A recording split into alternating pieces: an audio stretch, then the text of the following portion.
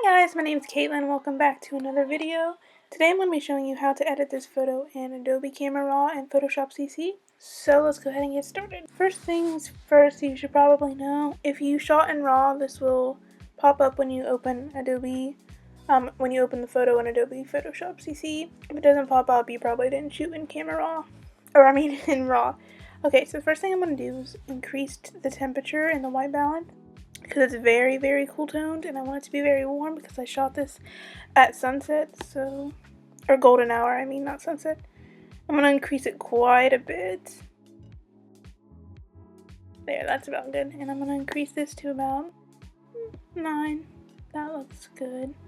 Okay, and I'm going to increase the exposure just slightly, and I'm going to decrease the shadows and decrease the blacks. I'm going to increase the whites and increase the highlights and increase the contrast. And now I'm going to increase the clarity to about 3. That's what I always do. And I'm going to decrease the saturation slightly and increase the vibrance. And as you can see, the highlights are blown out, but that will fix in a little bit. Just trust me, okay? So I'm going to go into I'm going to go into detail first and increase the radius of the sharpening all the way. And I'm going to increase this to about 50. The detail to about 50. And yeah, the rest is looking good. I'm going to dehaze this just slightly. Okay, now I'm going to go into tone curve. And a lot of people do tone curve first. I personally don't. Personal preference, I guess. Decrease the shadows, decrease the darks. Ooh, okay, not that much. Increase the highlights. There, and increase the light. There we go. That looks good. Okay, I'm gonna go ahead and open the image into Photoshop. Okay, now let us open. First thing I'm going to do is create a copy of the background by selecting this little paper. Looks like a sheet flipping over. Okay, now I'm going to turn the original background off and leave the background copy on. Like I said, personal preference. I am going to go ahead and dodge and burn. Increase the brush size by using the bracket keys on your keyboard or going to the top and changing.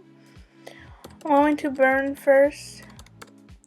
First thing you're going to do is decrease the exposure, exposure quite a bit to about 10, and then I'm going to hit the airbrush tool, leave it on midtones, and just go over the areas where the shadows are. So arms, hollows of cheeks, shoulders. Well, it depends on what part of the shoulder. You don't have to do this, obviously.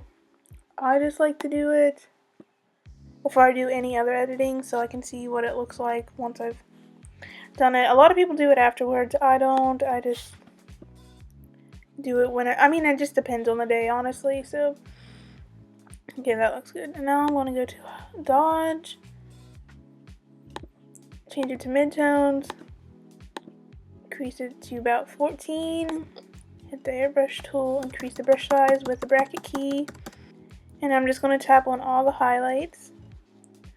So the middle of arms, the other end of the forearm, if that makes sense, and the middle of the leg, the highest point of the cheekbone, and I think that looks pretty good. We can always fix it in a little bit. So the next thing I'm going to do is go to gradient, change the gradient color to the last one that comes pre-installed with Photoshop CC, which is neutral density. I don't know if they're all called that. Nope, neutral density. Click OK. Click reverse. Click linear or radial. Change the style from linear to radial.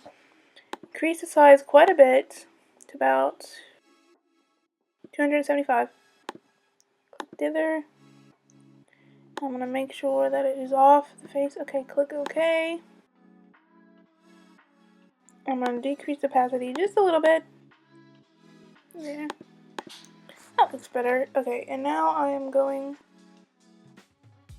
to go to solid color. You're going to want to get a nice orange.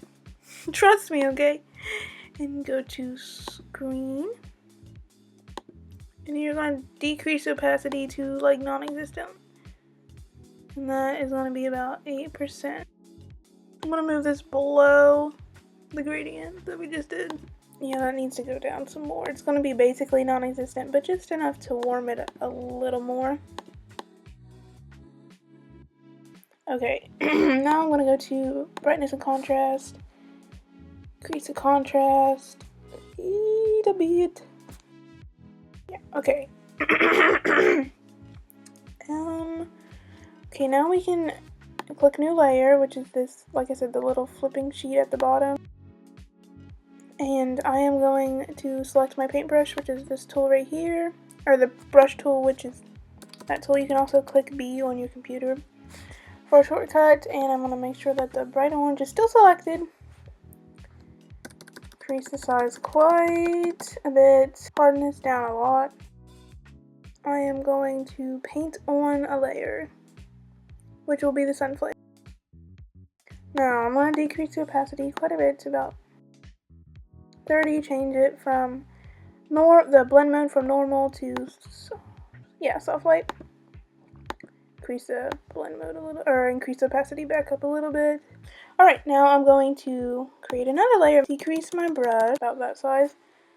Select this bright yellow that's on the background. It's like a yellowy green.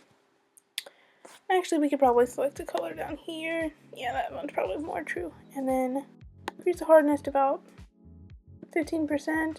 And then paint on again. Now, we're going to also do the same thing. Change the blend mode from normal to soft light. And decrease that a little.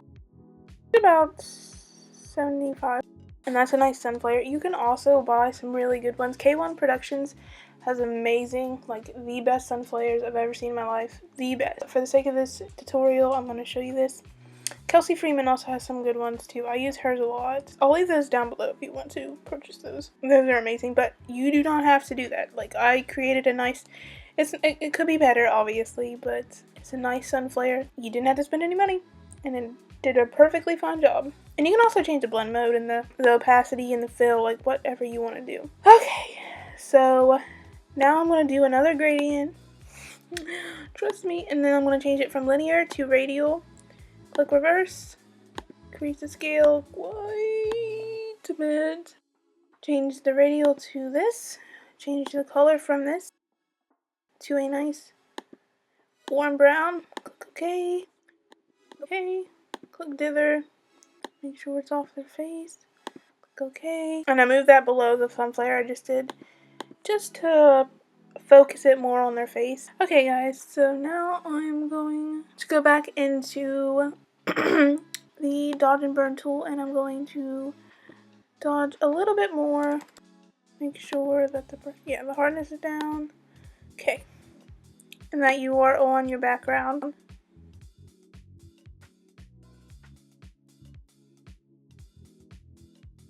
Okay, now I'm going to burn a little bit more. You don't want to go too overboard, but I like mine a little bit more dramatic. Obviously, you definitely don't have to do this. Okay, I think that's good enough. Now I'm going, if you're on a MacBook, click Command Shift, and I believe if you are on a Windows, it's, Alt Shift or Control Shift, I'm not sure which one. And then put this in the group. Turn the original background on and let's see the before and after right now. That's the before, and this is the after. Okay, so the original sun flare is looking a little too much. I'm going to decrease it just a little bit. There, I think that helped. Alright guys, so I think that's everything for this video. I feel like I'm forgetting something like super obvious, and I'll probably remember after I record. Alright guys, that is all for this tutorial. Make sure to subscribe, give a thumbs up if you enjoyed, and I'll see you in my next video. Bye!